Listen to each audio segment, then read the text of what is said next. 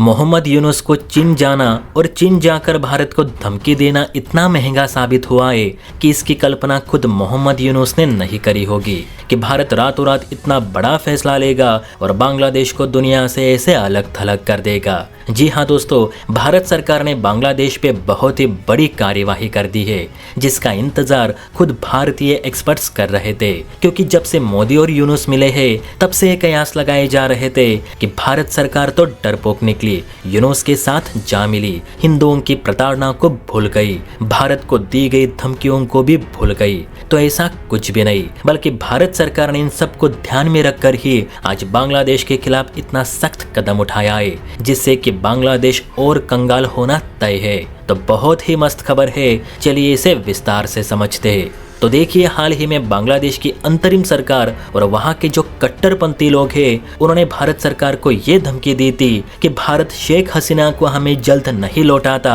या उसे बांग्लादेश को डिपोर्ट नहीं करता तो हम भारत की जो 7 सिस्टर्स है, यानी भारत के उत्तर पूर्वी के जो 7 राज्य है जो बांग्लादेश के साथ अपनी सीमा साझा करते हैं, उन्हें ही हम बांग्लादेश से काट देंगे, वहां के लोगों का आना जाना ही बंद कर देंगे। दरअसल बांग्लादेश को ये लगता है कि भारत के जो उत्तर पूर्वी राज्य है वे पूर्णतः बांग्लादेश पे ही निर्भर है, बांग्लादेश के बिना ये स्टेट्स मर जाएंगे, इसलिए भारत हमारी बात माने और शेख हसीना को हमें वापस लौटा दे। अब यह भारत को डराने के बजाय उल्टा भारत ने ही बांग्लादेश की कमर तोड़ दी है। स्क्रीन पे आप देखिए, खबर निकल कर आ रही है कि भारत ने बांग्लादेश के साथ अपना ट्रांसशिपमेंट समझौता तोड़ दिया है, जिससे कि मोहम्मद यूनुस काफी तिल मिला रहे होंगे। तो ये ट्रांसशिपमेंट समझौता आखिर है क्या, जरा इसे भी समझे। तो आसान भाषा में कहे तो ट्रांसशिपमेंट समझौता वो अग्रीमेंट है जिसके तहत बांग्लादेश का जो व्यापारी वर्ग है वो भारतीय जमीन यानी भारत के बंदरगाह,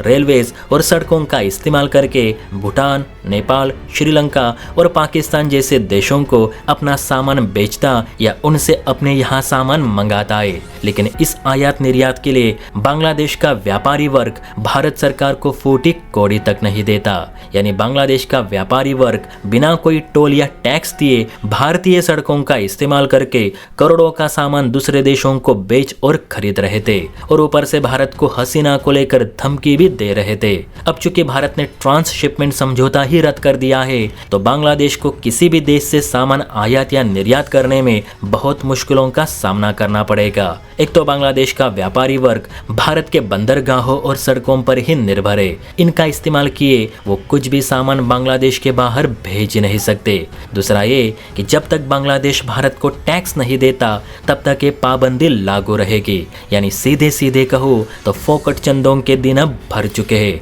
अब भारत सरकार का एक ही कहना है कि पहले पैसे दो, बाद में माल उठाना, और भारत ने ये समझौता ऐसे समय पर रद्द कर दिया है जब अमेरिका ने सभी देशों पे रेसिप्रोकल टैरिफ लगाए रखा है। इसे कहते हैं कंगाली में आटा गीला।